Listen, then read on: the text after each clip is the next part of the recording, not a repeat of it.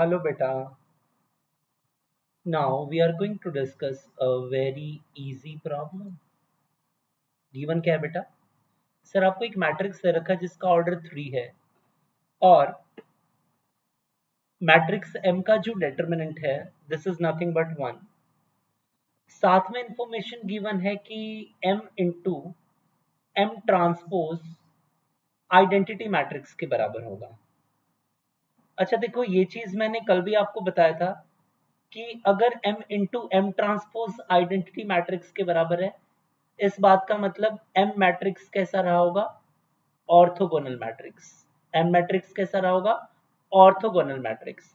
और अगर कोई भी मैट्रिक्स ऑर्थोगोनल है तो उसका डिटरमिनेंट कितना होता है बेटा? +-1. लेकिन यहाँ पे हमें एक्सप्लिसिटली मेंशन है कि उस मैट्रिक्स M का जो डिटरमिनेंट है वो मुझे कितना लेना है? 1 लेना है. तो इन सारी चीजों का यूज करके मुझे वैल्यू बतानी है determinant of M minus I की. मुझे वैल्यू किसकी बतानी है? Determinant of M minus I की.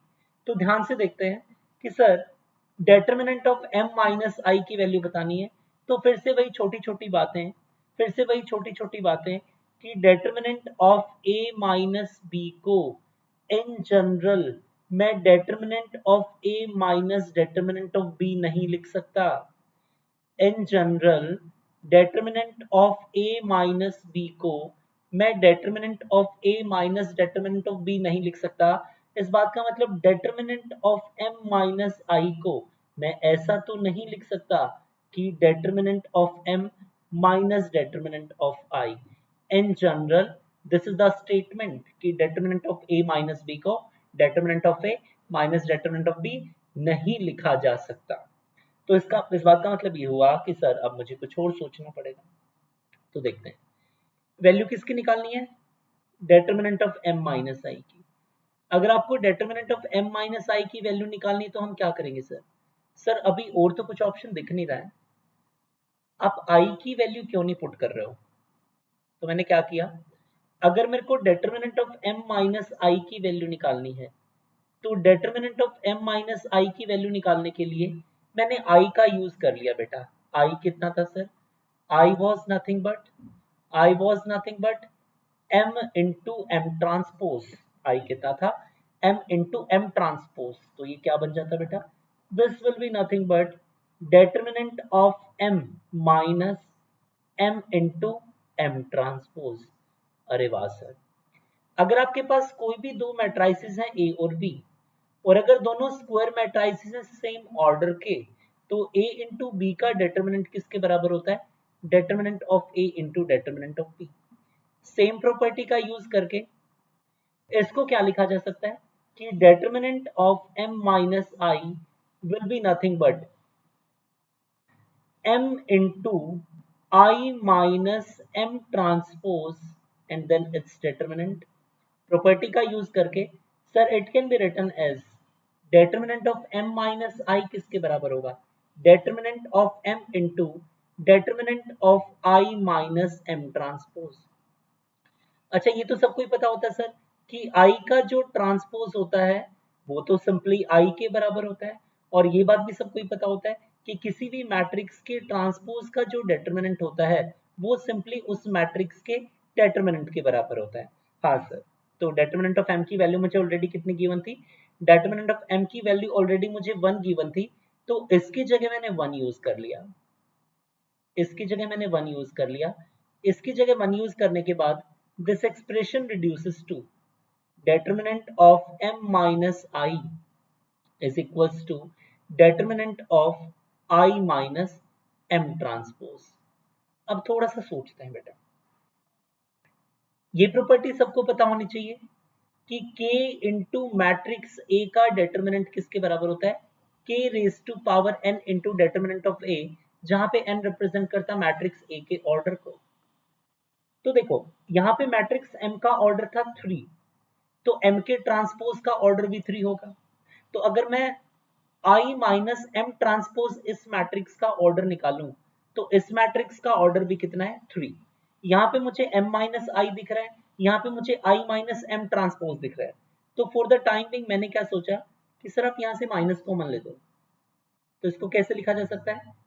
m ट्रांसपोज माइनस i, इसका determinant, this is nothing but determinant of m minus i। अरे हाँ जी सर, अब क्या होगा बेटा, सर अब ये वाली प्रॉपर्टी लगा दो कि k times of matrix A का डिटरमिनेंट क्या होगा, k raise to power n into determinant of A, जहां पे k का काम कौन करेगा, -1। तो ये क्या बन जाता, -1 रेज टू पावर 3, ये क्या बन जाता, -1 raise to power 3, this nothing but -1 into determinant of m transpose minus i। अरे वाह सर, यहां तक सबको क्लियर है? यस सर, बिल्कुल क्लियर है। अब क्या करेंगे सर, I को तो I ट्रांसपोज लिखा जा सकता है, तो this reduces to what, determinant of m minus I is equals to -1 into determinant of m transpose minus I transpose।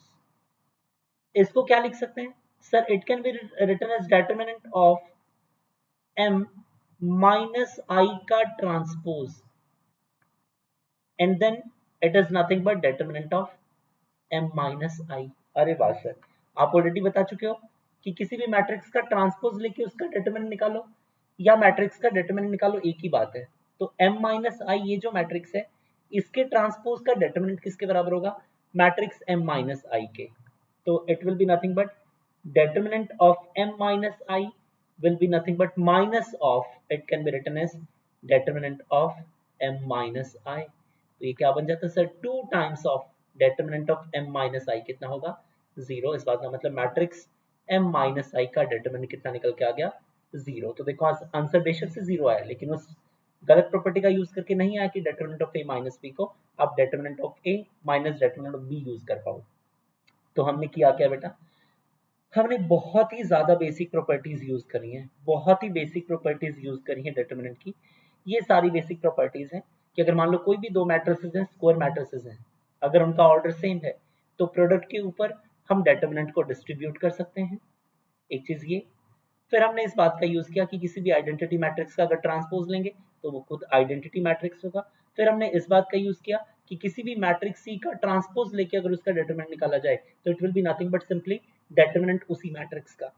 और फिर लास्टली इस प्रॉपर्टी का यूज किया कि k times of matrix A का डिटरमिनेंट, जहां पे k अगर कोई भी स्केलर है, so it will be nothing but k raise to power n into determinant of A।